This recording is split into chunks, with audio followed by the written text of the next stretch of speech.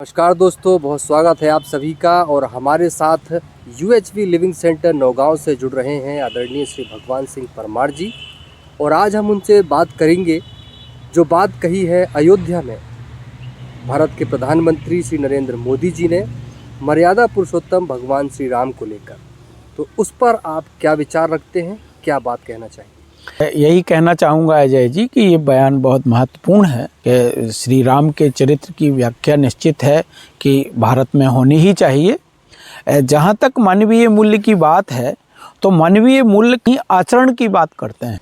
वह यह भी बात करते हैं कि मेरे अंदर संवाद की प्रक्रिया शुरू हो जाए, मैं ही अपने आप की इनर यात्रा को करने लगूं, अपनी जो कुसंस्कार हैं उनको मैं देख पाऊं और उन पर मैं काम करते हुए अध्ययन और अभ्यास को यहाँ बहुत जोर दिया गया है।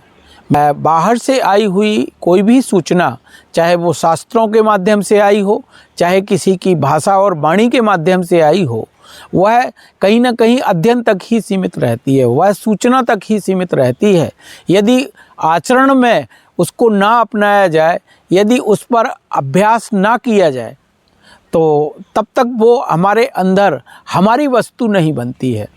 तो अभी भारत में लंबे समय का आध्यात्मिक काल भारत का रहा है, लेकिन कुछ समय से हमने उसे अपने पर अपनाया नहीं, हमने अपने आचरण पर ध्यान नहीं दिया।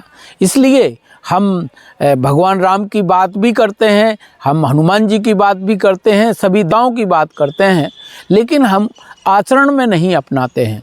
हम कहीं ना कहीं अभ्यास में नहीं ले जाते उस बात को, उसे हम स्वप्रेरित नहीं होते उससे।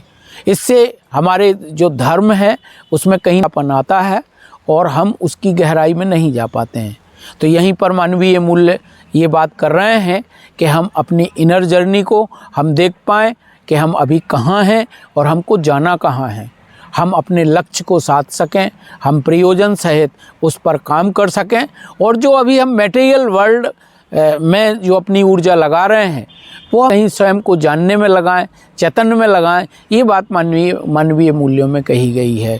तो वह बयान यहाँ जाके जुड़ता है कि श्री राम जो हैं वो मर्यादा पुरुषोत्तम है, और निश्चित है कि वो का एक प्रतीक भी है। तो ऐसे में श्री राम की व्याख्या करना भारत जैसे देश में बहुत महत्वपूर्ण है, और यह बयान उनका स्वागत योग्य है।